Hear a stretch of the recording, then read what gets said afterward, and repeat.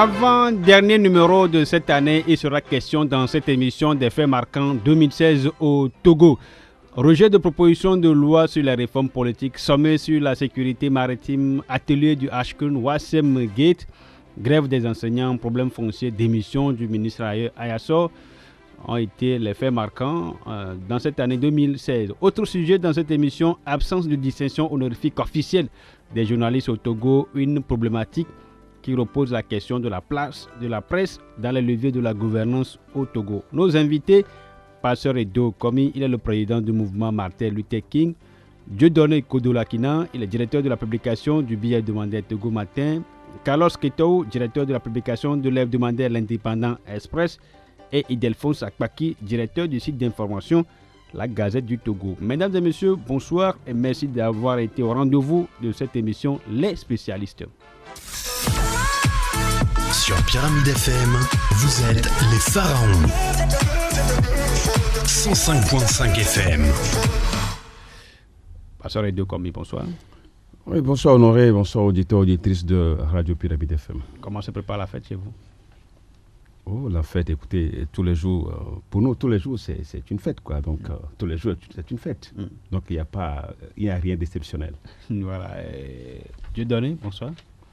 Bonsoir Honoré, bonsoir fidèles auditrices et auditeurs de Radio Pyramide. Il semble que ça se passe bien, ça se prépare très bien chez toi. Surtout que nous sommes le lendemain de ton anniversaire, ça ne peut que bien se préparer. Merci beaucoup. Idelphonse, bonsoir. Bonsoir Honoré, bonsoir tout le monde. Comment vous vous préparez? Je ne sais pas s'il y a la fête au Togo parce que tout est... Vous savez, c'est comme je le disais la dernière fois, il n'y a que cette minorité-là qui est à l'aise, qui peut fêter comme bon leur semble, comme l'a dit un confrère. Peut-être qu'au lendemain de la fête, nous retrouverons dans leur poubelle des bouteilles à moitié consommées de champagne. Donc pour la grande majorité des Togolais, faites un tour dans la ville de Lomé, vous saurez qu'on ne sait pas si on est en période de fête. Donc je m'inscris. Dans cette logique-là, oui. Il n'y a pas fête. Il n'y a pas fête. Voilà, de toutes les façons, 2016 va passer, on ira en 2017. Et ceux qui doivent fêter, ils vont fêter naturellement. Notre quatrième invité, Carlos Ketou, toujours attendu dans ce studio, on espère qu'il va nous rejoindre d'un moment à un autre. Le premier sujet, ce sont les faits marquants de l'année 2016 qui tirent tout doucement vers sa fin. Il y a eu beaucoup d'événements cette année 2016. On peut rappeler entre autres le rejet de propositions de loi sur les réformes politiques déposées par les députés de l'ANC et de Hardy, le sommet sur la sécurité maritime, atelier du Ashkun, Wassem Gate. Là, je veux parler bien sûr de l'évasion fiscale à Wassem, grève des enseignants, les problèmes fonciers, la démission du ministre Ayasso, l'abandon, la reprise de la route Lomé-Vogan, enfin, la visite de Manuel Valls au Togo. Des sujets, entre autres, qui ont marqué cette année 2016. Et d'Alphonse, vous, à votre niveau, ce sont que cette liste n'est pas exhaustive. À votre niveau, qu'est-ce qui vous a le plus marqué cette année 2016? Comme d'habitude, j'ai remarqué que nous avons à la tête de l'État togolais un chef d'État qui ne parle pas, surtout lorsque un drame survient, lorsque l'unité nationale est secouée. Je l'ai remarqué encore tout au long de cette année parce que il y a eu des événements qui devaient normalement faire parler le chef de l'État, mais une fois encore, le chef de l'État s'est mué dans un silence qu'il a toujours observé il y a bientôt 12 ans. Et donc, j'ai relevé le silence du chef de l'État devant, d'ailleurs, ce que nous vivons aujourd'hui, la crise dans le domaine de l'éducation, où, paradoxalement, j'ai vu le chef de l'État qui a fait des photos avec des élèves et sur l'affiche là, on a dit avec vous, je suis fort. Alors, on retrouve ces mêmes élèves dans la rue réclamant leur droit à l'éducation. Mais je ne comprends pas pourquoi le chef de l'État qui pose des photos avec des élèves et qui dit avec vous, je suis très fort, et quand il faut faire ce qu'il faut pour mettre les élèves à l'aise, on ne le fait pas. C'est son gouvernement qui est le plus responsable de cette situation, puisque elle est toujours récurrente au Togo. Je suis désolé que ça se passe ainsi, alors que le chef de l'État lui-même, il y a quelques années, a annoncé les États généraux, l'organisation des États généraux dans le secteur de l'éducation. Qu'est-ce qu'il y en est, justement, pour que 3 ans après, qu'on n'ait pas ces États généraux-là et que, au lieu que les élèves soient en classe en train d'étudier, qu'on les retrouve dans la rue avec des branchages, avec des bâtons en main, faisant sortir d'autres élèves. Qu'en est-il exactement? Il faut qu'ils prennent ses responsabilités. C'est ce qui vous a le plus marqué cette année 2016. On vient de commencer, ça viendra. Voilà. Dieudonné? Merci. Alors, moi, je voudrais voir d'abord les choses domaine par domaine. Alors, sur le plan social, effectivement, si on doit regarder dans le rétroviseur, il me semble que dans la proposition de liste de sujets, on va dire que tu nous suggères. Non, c'est juste une proposition. Oui, vous avez des événements, juste peut-être pour vous mettre beaucoup plus dans le bain, quoi. Oui. Alors, il y a deux domaines clés qui ont marqué la question du social cette année, à mon humble avis. C'est-à-dire la grève des enseignants et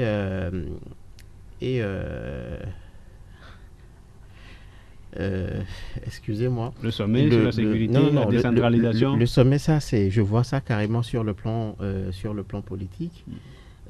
Bon, tout d'abord, la grève des enseignants. La grève des enseignants. Alors, on a beau parler du mandat social, mais il me semble que c'est l'une des failles, l'une des limites importantes du mandat social qui a été tant vanté. Maintenant, on ne peut pas dire qu'il n'y a pas que tout a été négatif.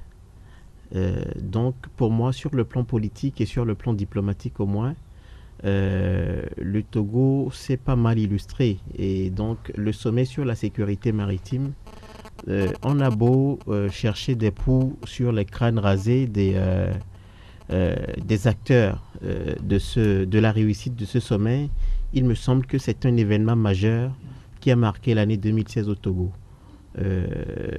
Notamment, on a vu une diplomatie togolaise très active, très pratique et très concluante d'ailleurs, donc qui a finalement réussi à drainer autant de chefs d'État Lomé autour de ce sommet et qui donc d'ailleurs a abouti par la signature de la charte de Lomé. Ce qui, d'une certaine manière, permet au Togo de se replacer sur l'échiquier international, de redorer son blason d'une certaine manière, parce que on sait que le tout dernier sommet que le Togo a organisé de cette envergure remonte à il y a 16 ans. C'est dire quand même que oui, il y a eu des problèmes, par exemple sur le plan social, mais au moins sur le plan diplomatique et sur le plan politique. Alors oui, l'autre question sociale justement dont j'allais parler, c'était donc la question de l'évasion fiscale et la question notamment de Wassem Gate, où effectivement le gouvernement s'est refusé à se prononcer jusqu'à l'exercice auquel s'est livré dernièrement le ministre Sani Yaya devant les élus du peuple à l'Assemblée nationale, même si les réponses que Sani Yaya a données aux députés ne répondaient pas totalement aux attentes. Mais il faut avouer, il faut reconnaître que sur le plan social, le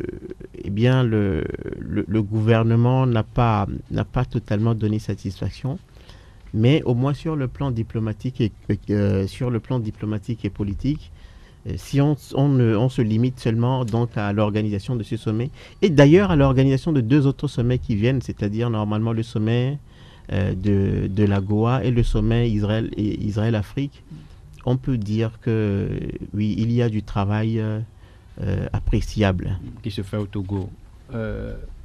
Bassor Edo Komi. Vous avez écrit beaucoup de communiqués cette année. Si on doit en dénombrer, je ne sais pas si vous avez fait la liste. Certainement, il y a des faits qui vous ont le plus marqué. Oui, il y a des faits, beaucoup de faits. C'est vrai quand même qu'on ne va pas peindre tout en noir. On ne va pas peindre tout en noir. Vous savez, l'homme, c'est l'homme. Hein? L'homme, c'est ça. Hein? L'homme est toujours attiré par ce qui ne va pas. Ce qui ne va pas. Ce qui est noir. Ce qu'il faut critiquer, c'est tout à fait normal. Parce qu'on aurait souhaité quand même que le gouvernement togolais fasse mieux. On l'attendait. Surtout comme il a dit tout à l'heure. Ce qui nous manque aujourd'hui, c'est que il manque au chef de l'État de ne pas se prononcer sur des faits qui sont des faits surtout dramatiques, des choses qui arrivent, qui surgissent au Togo et qui affectent les vies humaines. Il ne se prononce pas, ce qui vraiment met en contradiction avec le mandat social. Ça, il faut le reconnaître. Et aussi le fait que le chef de l'État ne se prononce pas sur l'état de la nation. Comme au Bénin. Comme l'autre vient de le faire. Hein. Il vient d'arriver dans sa première année. Il vient de faire l'état de la nation devant les parlementaires, ce qui a salué. Donc, depuis là, le chef de l'État ne l'a jamais fait. Et malgré les critiques, malgré les recommandations, le fait qu'on l'amène, on l'appelle à la raison, hein, pour que constitutionnellement il puisse répondre, il puisse s'exercer à cet impératif constitutionnel. Il ne le fait pas, ça fait très mal. Moi, ce qui m'a plus marqué aussi, c'est le grand mensonge d'État du ministre Nyofam devant le Parlement. Le grand mensonge d'État du ministre Nyofam devant le Parlement sur la route de Lomé-Vaughan. Enfin, écoutez, c'est inadmissible. Je crois que ça vaut, je ne sais pas, je ne sais pas ce qu'on peut enseigner aux enfants. Parce qu'aujourd'hui, tous les enfants sont connectés. Ils savent que le 17 juin 2016, c'est ça, devant les parlementaires, le ministre Nyofam a dit, écoutez, d'ici 31 décembre, la route sera faite. La route Lomé-Vaughan, enfin, sera faite. Mais 31 décembre, il reste encore une semaine. Il reste une semaine, on peut faire beaucoup de choses. Hein. Beaucoup de choses peuvent se passer. Dans une semaine, beaucoup de choses peuvent se passer. C'était un véritable mensonge d'État devant les parlementaires. Et juste là, il n'est pas inquiété, personne ne lui dit rien. Et vous vous rappelez que c'est le même jour où il a dit que CECOBTP a utilisé 10 milliards pour s'équiper, pour ses équipements. Mais écoutez, chers amis, ça fait très mal. Il y a beaucoup d'effets, comme tu l'as dit, il y a beaucoup d'effets qui m'ont marqué. Mais ça, là, je pense toujours à ça. Je pense toujours à ça. Je dis, mais comment est-ce qu'on peut mentir comme ça? Un ministre peut mentir comme ça? Et jusque-là, il ne dit rien. Et curieusement, je le vois la dernière fois avec le Premier ministre pour relancer le même chantier.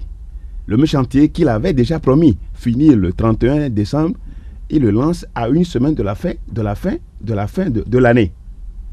Et ça, la conscience... Pour 30 nouveaux mois. Écoutez, ça fait mal. Je crois qu'il y a beaucoup de choses qui nous ont marqués. Mais ce qui m'a marqué positivement, c'est la qualification des éperviers. C'est un fait. C'est un fait parce qu'on n'attendait pas les éperviers. Mais ils sont qualifiés. Je crois que c'est un fait très positif.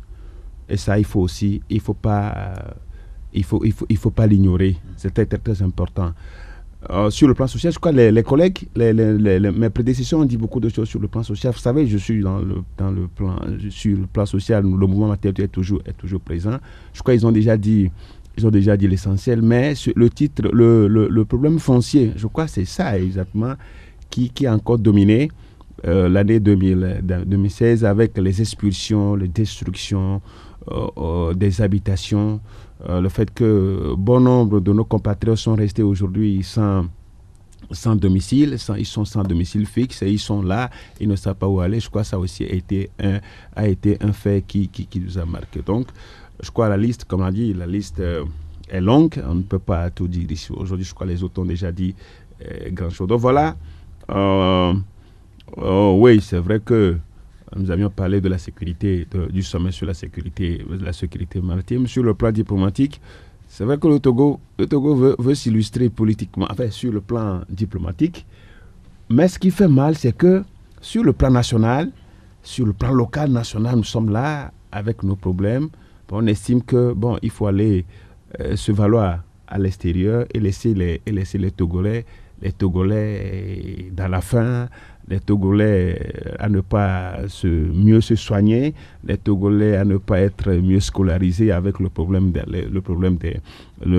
grève des enseignants et autres. Donc voilà, c'est vrai quand même que diplomatiquement, le Togo veut se faire voir et il y a des efforts qui se font, mais je suis désolé que on aurait pu balayer chez soi avant de voir ce qui se passe de l'autre côté. Ildefonse, en dehors, bien entendu, du fait que le chef de l'État ne se prononce pas sur le sujet, les sujets phares, les principaux événements qui marquent la vie de la nation, il y a autre chose également en 2016. Non, ne disons pas qu'en dehors, ne disons pas tout comme si ça doit plaire au chef de l'État de ne pas se prononcer là-dessus. Parce que dans le monde, quand vous faites une lecture de ces grands hommes qui dirigent nos États, j'ai pu comprendre que certains qui même sont en mission ou bien en voyage et qu'il arrive quelque chose dans leur pays, écourtent le voyage, rentrent au pays et se prononcent. C'est ce que nous n'avons pas l'habitude de voir chez M. Faure Gnassingbé depuis qu'il a capté le pouvoir togolais dans le sang. C'est ça, la première remarque. La deuxième remarque, c'est par rapport à la diplomatie togolaise. Moi, je suis un peu mal à l'aise en tant que citoyen togolais. Qu'on oublie sa population et qu'on veut se faire une image à l'international. Aujourd'hui, je ne peux pas comprendre que le plus grand centre de référence, là où le Togolais, lambda, peut aller se faire soigner lorsqu'il est malade, est en agonie, et que tout se fait sur le plan purement diplomatique pour que le Togo se porte bien, et que le Togolais, quand il est malade, n'arrive pas à se faire soigner. Je vous en prie, lorsque vous faites allusion à une diplomatie active et que cette diplomatie n'a rien de potable, c'est-à-dire que le résultat sur la population togolaise ne donne rien et que c'est juste une personne ou bien un groupe de personnes qui veut juste faire un nom, je crois que ça, je ne peux jamais l'admettre en tant que diplomatie active. La deuxième remarque. La troisième remarque, c'est que lorsque nous parlons de certains ministres togolais, qui à mon sens, quand on vous appelle ministre, vous êtes serviteur, et que ces serviteurs-là se comportent comme des loups-garous, excusez-moi le terme, ou bien des petits seigneurs, qui voient les autres tout comme si ils ne sont rien. D'abord, ils peuvent venir devant une représentation nationale mentir et devenir des super menteurs comme le ministre Nissa ou Nofam, et qu'il y ait des problèmes comme nous avons souligné dans le cas de l'éducation et que le ministre qui doit jouer à l'homme qui doit apaiser la situation, c'est lui qui encore met le feu, qui met l'essence dans le feu, tel que les déclarations de M. Gilbert Bawara, et que ces ministres-là ne sont pas recadrés, je peux dire, parce que je ne trouve plus de mots pour m'exprimer. Par le chef de l'État, on se dit que peut-être derrière, c'est le chef de l'État lui-même qui les envoie. Parce que nous avons un problème dans la gouvernance togolaise. C'est le fait qu'on a fait de la reddition des comptes un tabou. On gère le Togo tout comme si c'est une société privée. J'ai eu chaud au cœur lorsque il était question du vote de la dernière loi rectificative, où on s'est rendu compte que, au lieu que le gouvernement se présente devant l'Assemblée nationale pour faire signaler certaines dépenses que le gouvernement devait faire qui n'étaient pas contenues dans le budget exercice en cours et que les dépenses ont été faites avant que le gouvernement ne se présente pour qu'on rectifie cela. C'est comme si le Togo est une propriété privée pour une personne ou bien pour un groupe d'amis ou bien un groupe d'individus qui le gèrent comme ils veulent. Alors que nous sommes dans un État et l'État est régi par des lois. J'ai fini par comprendre. Parce que si la loi fait obligation au chef de l'État qu'il soit le garant de la Constitution, d'abord de la loi fondamentale togolaise, et qu'à l'article 74, cette loi-là lui fait obligation de présenter l'état de la nation devant l'Assemblée nationale, et qu'il n'a jamais fait il y a 12 ans. Ça, vous l'avez déjà dit. Oui, j'en viens. Et que, garant de cette même Constitution, la loi lui fait obligation à l'article 145 de déclarer ses avoirs et biens qu'il ne le fait pas. Qu'est-ce que vous attendez qu'ils disent des ministres qui viennent mentir? Il est celui qui cautionne ces ministres. Et jusqu'à preuve du contraire, le chef de l'État laisse faire parce que c'est un groupe d'amis qui dirige le Togo. Dieudonné Kodourakina veut bien sûr réagir. Merci, si tu... Parce que je te voyais, tu voulais réagir, allez-y. Ah non, j'étais même pas pressé du tout. Mais alors, par contre, j'étais intéressé par le développement de mon frère Idelphonse en parlant de la diplomatie. J'ai tout simplement envie de dire que quand on parle de diplomatie, il y a des Togolais qui rêvent et qui croient encore que oui, en fait, même pays pauvre que nous sommes et qui se reconnaît pauvre, nous pouvons toujours vivre en autarcie. Alors que ces mêmes Togolais, quand il est question dès que le moindre problème surgit, ce sont eux qui font appel. Ah, mais la France ne nous soutient pas, qu'est-ce que Manuel vient chercher ici, etc. Mais en même temps, les mêmes Togolais, dès que ceux qui ont le bonheur ou le privilège de diriger pour le moment le Togo, peu importe ce qu'on peut leur reprocher, dès qu'ils s'activent à aller chercher des relations à l'international pour pouvoir faire tourner des choses ici, pour le minimum, et que ces Togolais se plaignent en même temps en disant que non, là, on ne peut pas appeler ça une diplomatie active. Non, n'ayons pas une mémoire courte et ne cherchons pas des peaux sur les crânes rasés. C'est important. Ça, c'était une parenthèse. Maintenant, je dis et je le reconnais, il y a des questions sociales claires sur lesquelles il faut appeler le gouvernement à s'activer. Et c'est tout à fait clair et c'est indiscutable. Le problème des enseignants aujourd'hui nous attriste tous. Le spectacle des enfants dans les rues, le spectacle de nos neveux, de nos enfants, de nos nièces, etc. dans les rues nous attriste. Il faut appeler le gouvernement à faire des efforts. C'est normal. Le problème foncier, nous sommes tous d'accord aujourd'hui que quand on va à la justice togolaise, 80% des dossiers traités relèvent justement du problème foncier. Nous sommes tout à fait d'accord que un ministre comme Nissao Nyofam, pour avoir manqué de lucidité, en rêvant ou en donnant une réponse rêvée devant des élus du peuple, en promettant que d'ici 6 mois, le fameux chantier Lomé-Vaughan serait terminé, bouclé. Un tel ministre mérite lui-même de démissionner s'il a encore un peu de scrupules. Maintenant, s'il n'en a pas, et bon, qu'on puisse l'aider quand même. Maintenant, curieusement, ce ministre se présente toujours à côté du il y a des questions sociales claires. Maintenant, le minimum, il faut demander aux Togolais aussi pour 2017 de faire des efforts, de reconnaître dans le même sens que le pouvoir, quand le pouvoir fait le minimum d'efforts pour faire bouger les choses. Parce que, bon, le pasteur Edo le disait, mais pourquoi vouloir tout voir en noir tout le temps? Mais comme si, justement, même les pays que nous acclamons tous, parce que, bon, ils réussissent, l'alternance que nous voulons ou que nous rêvons tous au Togo, n'ont pas des choses négatives aussi à se répondre. Non, mais après tout, il faut se dire c'est notre héritage de toute façon et personne d'autre que nous ne pourrait jamais porter haut notre pays et il faut que nous soyons nous-mêmes les premiers vendeurs de notre pays. C'est important. Et si diplomatiquement, la diplomatie reste quand même la vitrine importante. Si diplomatiquement, nos premiers responsables essayent tant bien que mal de le faire. Essayons de les encourager. C'est important, il me semble. Voilà. Pasteur Edo, si nous revenons sur le sujet qui vous a le plus marqué, vous avez parlé tout à l'heure du cas ministre Nissao Nyonfam. Aujourd'hui, le chantier a repris. La relance a été faite en début de semaine. On peut au moins se satisfaire du fait qu'aujourd'hui, les riverains peuvent revoir les engins, reprendre le chantier normalement. Hormis cette satisfaction qu'on peut avoir, mais il ne faut pas manquer qu'il y a des conséquences. Il y a beaucoup de conséquences pour l'État togolais et pour les riverains, avec tous ceux qui pratiquent cette voie.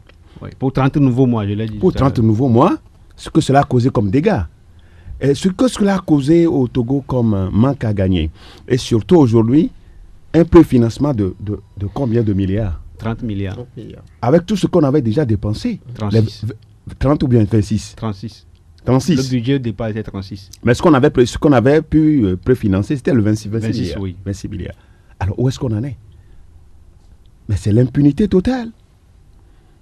C'est que BTP n'a rien fait sur la voie là. C'est qu'on doit nous rembourser, c'est qu'on doit rembourser l'argent. Voilà. C'est qu'on doit rembourser les 26 milliards. Non, parce qu'on ne peut pas laisser Seco comme ça, ce n'est pas normal. Non, c'est l'argent, c'est notre argent à nous.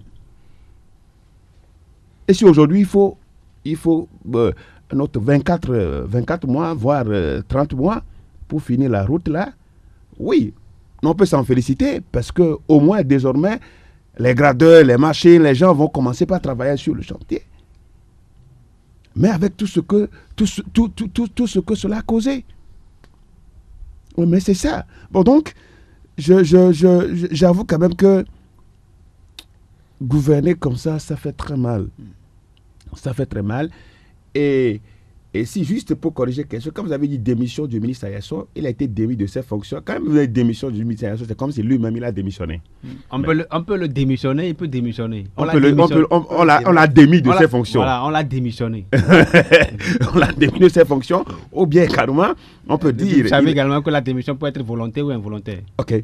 Bon, donc, je disais que, en principe, parce que c'est les deux ministres qui ont été cités dans ce dossier, l'un a été démis, l'autre est resté sur place. Maintenu et continue. Il était sur le chantier l'autre fois. Et continue comme si de rien n'était. Je crois que l'année 2016, nous avons vu beaucoup de choses. Notre prière, ma prière, c'est que l'année 2017, que tout ce que nous sommes en train de relever comme manquement, que le gouvernement togolais puisse en tenir compte. Et que comme l'a dit mon frère, Dieudonné, c'est vrai que nous sommes dans cette logique quand quelque chose est fait, nous acclamons. Nous disons c'est bien fait. Mais si ce n'est pas fait, je crois qu'il est de notre devoir de le dénoncer. Défense pour rapidement finir en 30 secondes. Oui, moi je voudrais dire que je suis de ceux-là qui voient tout en noir, qui prend la gouvernance de M. Fogna Singbe en noir. Ça, c'est votre position. Et moi, je l'assume. Je l'assume parce que, parlant de la diplomatie, je reviens un tout petit peu là-dessus. Je dis, quel est le résultat? Parce que juste, si nous prenons le sommet sur la sécurité maritime qui a été organisée, tout ce qu'on a promis à ce peuple, est-ce que le peuple a eu? L'économie bleue dont on a parlé. Après ce sommet-là, il y aura les commerçants auront ça. Est-ce qu'on a eu ça? Moi, c'est ce que je dis. Quand vous dilapidez l'argent du pauvre contribuable togolais pour des voyages qui n'ont rien à voir, parce que je sais très bien que le ministre des Affaires étrangères, c'est un oiseau voyageur, il n'est pas tellement sur place au pays. Je crois aussi que le chef de l'État lui a emboîté le pas parce que quand je jette un coup d'œil sur le budget de 2016 où les frais du voyage du chef de l'État ont atteint 35,4 milliards. 35,4 milliards. Milliards de francs CFA, sans compter le manger, sans compter le kérosène, sans compter le passage aérien, parce que quand vous devez traverser, vous devez payer, sans compter le garage là où sera stationné l'avion présidentiel. Mais quand vous comptabilisez tout cela, en plus de la délégation qui suit le chef de l'État, mais vous vous rendez compte que nous avons des problèmes, alors que ces secteurs qui sont en ébullition sur le plan purement national, on a besoin de combien pour résoudre les problèmes, ces problèmes-là? Par exemple, le problème des enseignants, 2 milliards, à peine 2 milliards. Mais vous vous rendez compte qu'au nom de cette diplomatie-là, on a pu s'acheter 4 hélicoptères qui sont, on avait dit la dernière fois ici, qui sont devenus des hélicoptères fantômes. On a pu débloquer combien? Au moins 11 milliards pour acheter ces hélicoptères-là. Mais, et à côté, il y a des besoins sociaux qu'il faut satisfaire. C'est ce que je dis. Quel est le résultat que la diplomatie? Quel est l'impact? C'est ça que je dis. Maintenant... Le Togo a renoué avec quoi? La communauté internationale. Le Togo a renoué avec la communauté internationale, ce qui fait que le Togolais ne peut pas se faire soigner dans un centre de santé, ce qui fait que lorsque vous êtes travailleur et que vous réclamez votre droit, on doit faire sortir les grenades lacrymogènes, on doit faire sortir les gaz lacrymogènes, c'est ça. Juste pour que certains aient un nom à l'international. C'est de ça que moi je parle. Qu'est-ce que la diplomatie a comme impact sur le Togolais? Ce n'est pas parce que le Togo a renoué que des gens qui dirigent ont eu un nom à l'international, alors que le pauvre est toujours resté pauvre. Après tout, on viendra nous dire que c'est une minorité qui en profite. C'est ce que je dis. Voilà, peut-être qu'avec les prochains sommets, puisqu'il y en a 2 encore en cours, la Goa et puis Israël-Afrique, bon, ça peut peut-être aider le Togo à recoller davantage les morceaux. Autre sujet dans cette émission, on va parler de la presse, la place de la presse dans le levier de la gouvernance au Togo, ailleurs, un peu partout dans les autres pays. On sait que vers la fin de l'année, il y a des distinctions, surtout officielles, pas organisées par des privés. Mais Togo, c'est calme, plat. Dieudonné, est-ce que vous le constatez également? On est dans ce métier, il y a beaucoup d'années déjà, mais il n'y en a pas pratiquement. Est-ce qu'à un moment donné, vous vous demandez la place réelle de la presse dans la levier de gouvernance au Togo? C'est une question qui mérite d'être posée parce que, qu'on le veuille ou non, aujourd'hui, la presse a une grande place. Regardez, ne serait-ce que l'intérêt que le citoyen togolais porte aujourd'hui à toutes les émissions interactives, d'ailleurs même qui foisonnent sur toutes les radios, sur toutes les chaînes de télévision aujourd'hui, les émissions politiques, les émissions à caractère politique qui intéressent davantage. Comme spécialiste actuellement. Comme spécialiste, en effet, et l'intérêt que tous les citoyens portent à ces questions, parce que ce sont ces émissions, c'est le travail de tous ces journalistes-là qui vient éclairer beaucoup de Togolais. Et je parie que sans... Et c'est important d'ailleurs même, parlant justement du rôle de la place de ces journalistes qui ne laissent aucun quartier au gouvernement. Vous savez, c'est par exemple le travail d'un journal comme Alternative qui nous a permis tous. L'Alternative s'est associée la collaboration de plusieurs autres journaux internationaux.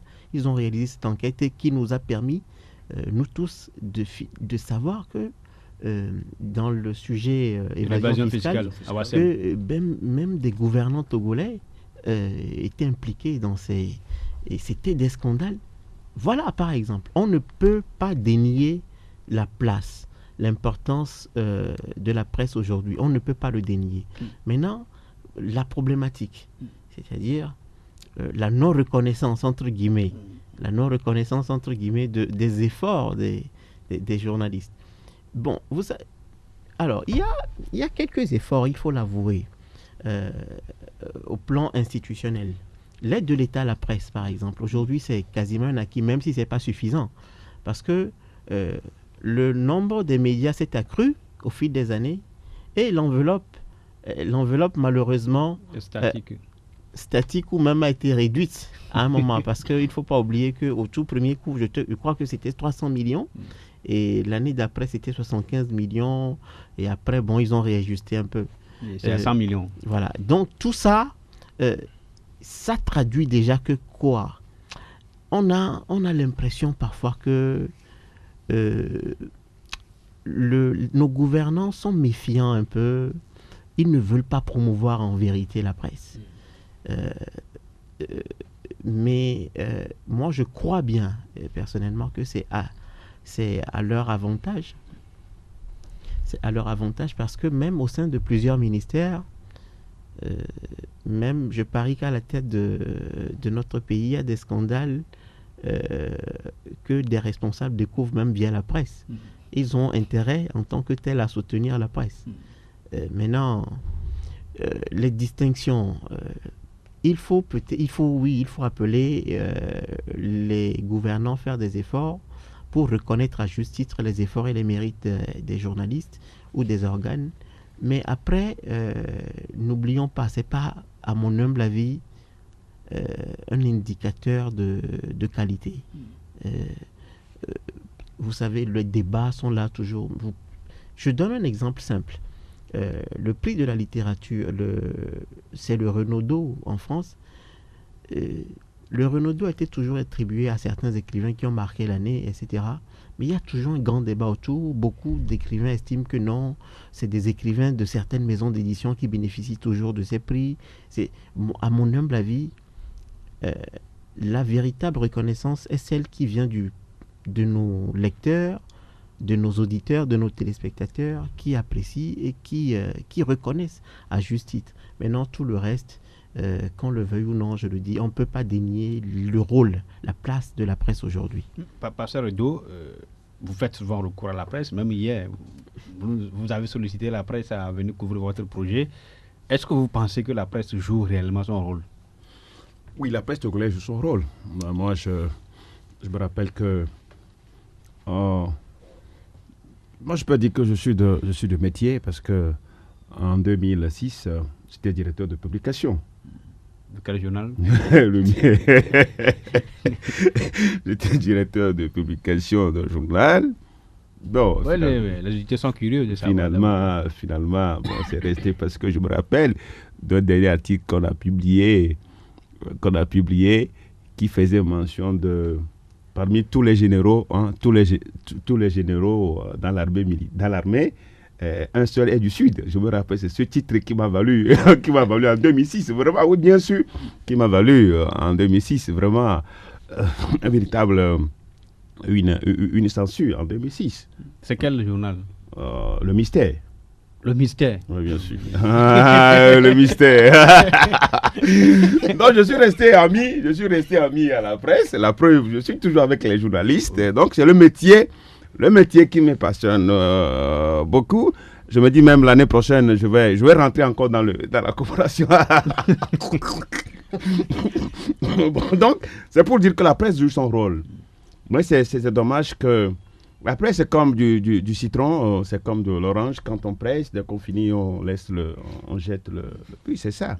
Les gens en ont besoin. Hein, les mêmes qui ne veulent pas de vous aujourd'hui, demain, ils vont vous appeler dans les coulisses pour vous dire, fais-moi sortir ceci. Tu vois, c'est ce que je constate. Mais la presse, les acteurs politiques, c'est les acteurs politiques de toute tendance confondue, ceux qui sont au pouvoir comme ceux qui sont dans l'opposition, c'est comme ça. Ils sont tous méfiants, ils sont tous méfiants de la presse.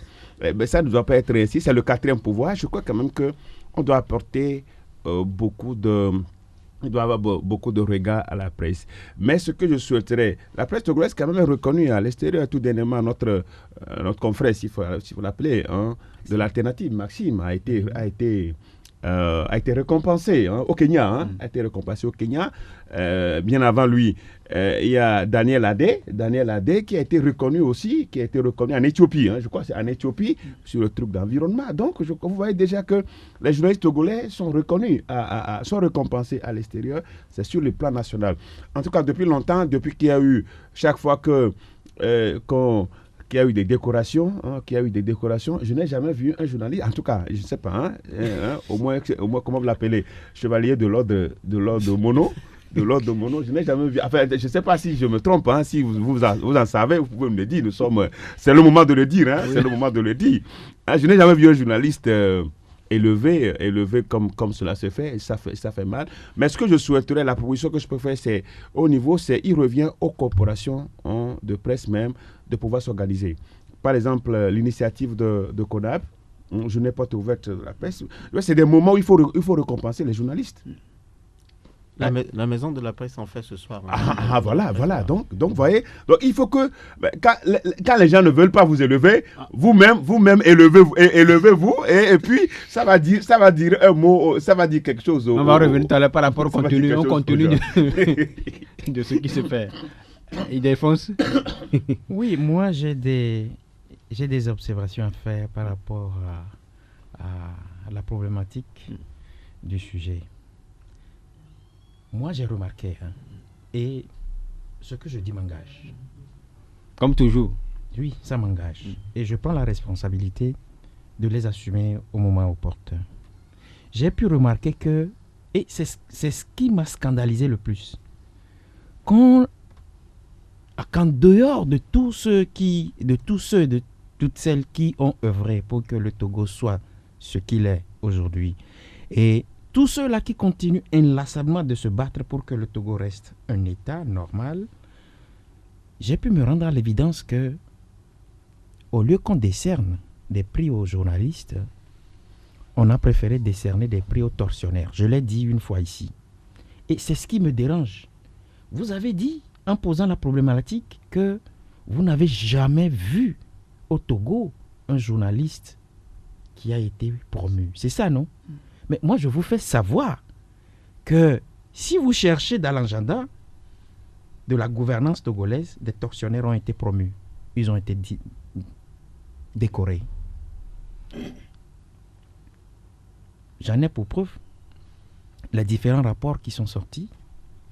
Le rapport qui est sorti en 2005 de l'ONU, de la commission Kofigo, de la Ligue togolaise des droits de l'homme, qui ont cité nommément un certain nombre d'officiers togolais.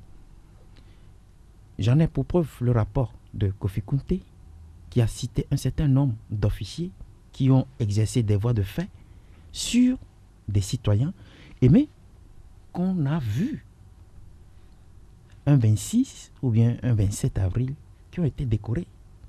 Vous voyez ce que je dis, le rapprochement que je fais de ce que les journalistes qui font bien le travail, on a cité des noms ici, et des gens qui font le travail, ce travail-là, qui ne devaient normalement pas demander à ce qu'on leur donne des décorations, mais qui sont décorés. Alors, ça, c'est le paradoxe togolais. Voilà la première observation que je voudrais faire. Un peu plus vite. La deuxième observation, c'est que quand vous faites une analyse de tout ce que je viens de dire, cela veut dire que l'État n'a aucun respect pour la presse, c'est tout. Ça veut dire que l'État n'a aucun respect pour la presse et par ricochet, il n'a aucun respect pour les journalistes togolais. Ce qui m'a fait rire, quand vous avez parlé tout à l'heure de l'aide de l'État à la presse, c'est de cela qu'il s'agit. Lorsque les gouvernants vous prennent au sérieux et vous respectent, ils ne peuvent pas quitter 300 millions et revenir à 100 millions en passant par 75 millions. Cela veut dire qu'il n'y a aucun respect. Vous travaillez pour vous. Mais, je me dis quelquefois, tout en jetant des fleurs aux confrères, parce que le journaliste togolais s'efforce, il fait ce qu'il y a lieu de faire. Il prend tous les risques qu'il faut. On a parlé tout à l'heure du beau travail que le bi-hebdomadaire, l'alternative, a fait sur l'évasion fiscale, le Wassem Gate. Le travail a été mignon, je les salue. Mais au-delà de cela, il y a des gens qui salissent la corporation. Vous vous rappelez cette affaire de Tilapia où des gens ont signé des papiers, ils ont pris de l'argent. Mais je suis scandalisé que ces mêmes personnes sont devenues aujourd'hui des donneurs de leçons. C'est comme ça que la presse togolaise se tue d'elle-même, par ceux-là qui l'incarnent. Il y a des brebis galeuses dans tous les corps. Ah bon? Allez-y. Ah mais voilà pourquoi aujourd'hui on ne prend pas au sérieux et la presse togolaise et ceux qui l'animent. Voilà. Je donnais tout à l'heure, on insistait sur cette distinction, c'est qu'ailleurs, par exemple, le contenu, qu'on peut le faire, Maison de la Presse, nous-mêmes on peut s'organiser ici avec l'émission des spécialistes, on se connaît pour pouvoir décerner des prix à la fin de l'année. mais le contenu reste vraiment chétif. C'est-à-dire, si c'est l'État qui l'organise, l'État a tous les moyens pour dire, voilà, en Côte d'Ivoire, par exemple, très souvent, la Côte, je maîtrise très bien, on peut se dire, à la fin de l'année, voilà tel organe, tel journaliste qui a été distingué, on lui donne une villa, par exemple. Excusez-moi. Et ça vient de l'État. Est-ce qu'on va voir que c'est un stimulus? Non, je dis, je suis tout à fait d'accord. Mais le constat est amer et le constat pour le moment est qu'il y a un vide. L'État n'en fait rien. Heureusement, il y a des privés qui essaient de s'organiser. La Maison de la Presse, heureusement, par exemple, ce soir même, va décerner des prix à des organes et aux journalistes qui se sont illustrés au cours de l'année. Mais c'est encouragé. Maintenant, si chemin faisant, l'État peut même récupérer cette initiative, pourquoi pas? C'est faisable. Si l'État peut s'engager plus tard aux côtés de la Maison de la Presse ou d'une autre structure privée pour essayer d'encourager, de promouvoir l'excellence dans le domaine de la presse. Je dis parce qu'il est tout à fait clair que aujourd'hui, eux-mêmes, et le pasteur Edo le disait si bien, eux-mêmes ont besoin de la presse aimée. Ce qui est intéressant dans l'intervention tout à l'heure du pasteur Edo, c'est que mais quand vous êtes un journaliste conscient du métier que vous exercez, de la noblesse de votre métier, vous ne vous laissez pas presser comme un citron ni comme une orange. Ah oui, mais quand on perd de vue cela, on n'est pas journaliste. Quand on perd de vue cela, on n'est pas journaliste. C'est pour ça que l'effort d'objectivité est important. L'effort d'objectivité est important. Et sachant que pour amener le public même à adhérer à cet effort, parfois, c'est pas évident, c'est pas gagné. Et c'est un combat de tous les jours. Il défonce avant Pasteur Rideau. Oui, je dois parler avant lui parce que moi je suis journaliste. Lui, il n'est pas journaliste. Non, il dit qu'il revient bientôt. Il va revenir, il l'a dit tout à l'heure, tout en souriant. Je fais remarquer que le résultat ou l'observation que je fais encore, c'est que nous avons une institution de régulation de la presse. Et quand elle se met à faire sa régulation, je crois que cela ne débouche pas seulement sur des audiences où le patron de la presse ou le directeur de la rédaction sont pour la plupart invités parce que quelqu'un aurait saisi la hack pour manquement dans l'exercice, dans le travail. Cela ne peut pas seulement rester à ce niveau-là. Si, éventuellement, on veut encore aider les gens à aller de l'avant et à mieux faire. Je voudrais que l'institution de régulation de la presse togolaise triche des bonnes choses ailleurs. Parce que c'est ça aussi le travail de la diplomatie togolaise. C'est de copier les bonnes choses et de venir les instituer au Togo. Mais si au Bénin, en Côte d'Ivoire, ça se fait, et qu'au Togo, on est toujours resté dans le statu quo, alors que les mêmes institutions qui les organisent dans ces pays-là, on l'a dans notre pays, je crois qu'il faut revoir la copie. Tout simplement. Ouais. Quand on parle du ministère de la Communication, je crois que plus de 80% de son agenda, au fait, doit être plus consacré aux médias. Ministre de la Communication, je crois que c'est ça. Mais souvent, c'est vrai quand même qu'il y a d'autres portefeuilles, communication, sport et autres. Culture, formation civile. Formation, si c'est trop. La culture a enlevé entre-temps, mais c'est trop. C'est trop. Maintenu. C'est trop. Il y a combien de portefeuilles? Bon, je veux parler de l'art. 4 portefeuilles. 4 portefeuilles. Je crois que c'est trop. Cela fait que le ministre, souvent, ne sait plus exactement ce qu'il faut faire. Et des fois, on le voit... c'est vrai, c'est un homme politique, mais on le voit sur le terrain. Et cela ne donne pas... Il n'y a pas de temps à consacrer aux journalistes, aux médias. Donc, ce qui fait que, comme il a dit tout à l'heure, la HAC ne joue son rôle que quand elle est saisie par manquement à la déontologie de la presse. Je crois qu'elle doit aller au-delà de cela. Initier même, pourquoi pas initier ce que le prix là, le prix là peut être initié. C'est elle qui régule. C'est elle qui régule. C'est elle qui connaît les mauvais, les mauvais. Puis c'est elle qui sanctionne. C'est elle qui connaît. Et c'est elle qui doit faire ce travail-là. Être en contact permanent avec les journalistes et les motiver à mieux faire, à l'excellence. J'ai l'impression, comme si au Togo, on préfère, en tout cas, peut-être ça m'engage aussi, comme ça engage toujours Ildefonse, ça m'engage aussi. On a la culture de la médiocrité, l'excellence. Mais c'est ce que je vois. Parce que les excellents, il y en a. Mais je me rappelle encore d'un ministre, un ministre de l'Éducation à l'époque, où pendant les épreuves, il y a eu des fraudes. Mais j'ai été surpris que ce ministre a été nommé Premier ministre.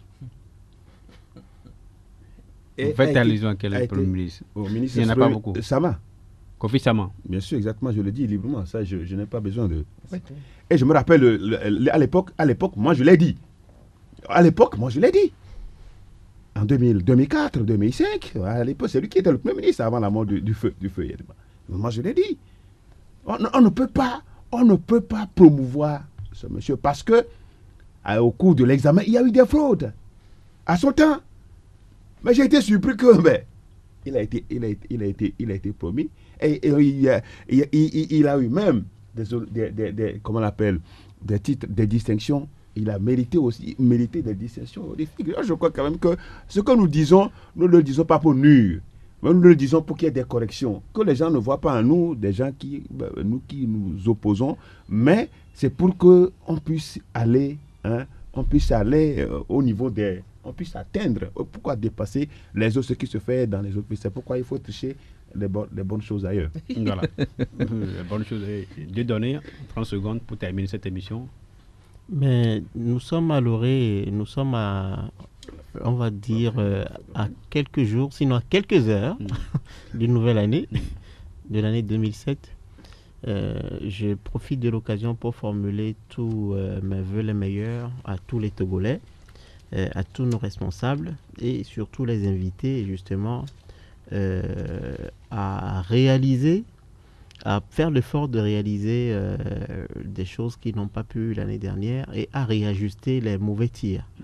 Parce que le constat est que, il y en a eu, et c'est vrai qu'il y a eu aussi du bon ou de l'acceptable, mais il faut faire les efforts de réajuster les mauvais tirs. Ildefonse? Est-ce qu'il faut toujours revenir sur les vœux? Si oui, ce que je dirais, je demanderais au peuple togolais de prendre ses responsabilités en 2017. En quoi faisant? Moi, je souhaite, en réclamant son droit, ce qu'il constitue comme étant son droit, et qu'il ne l'a pas, il faut qu'il comprenne qu'il doit être patriote pour l'avoir.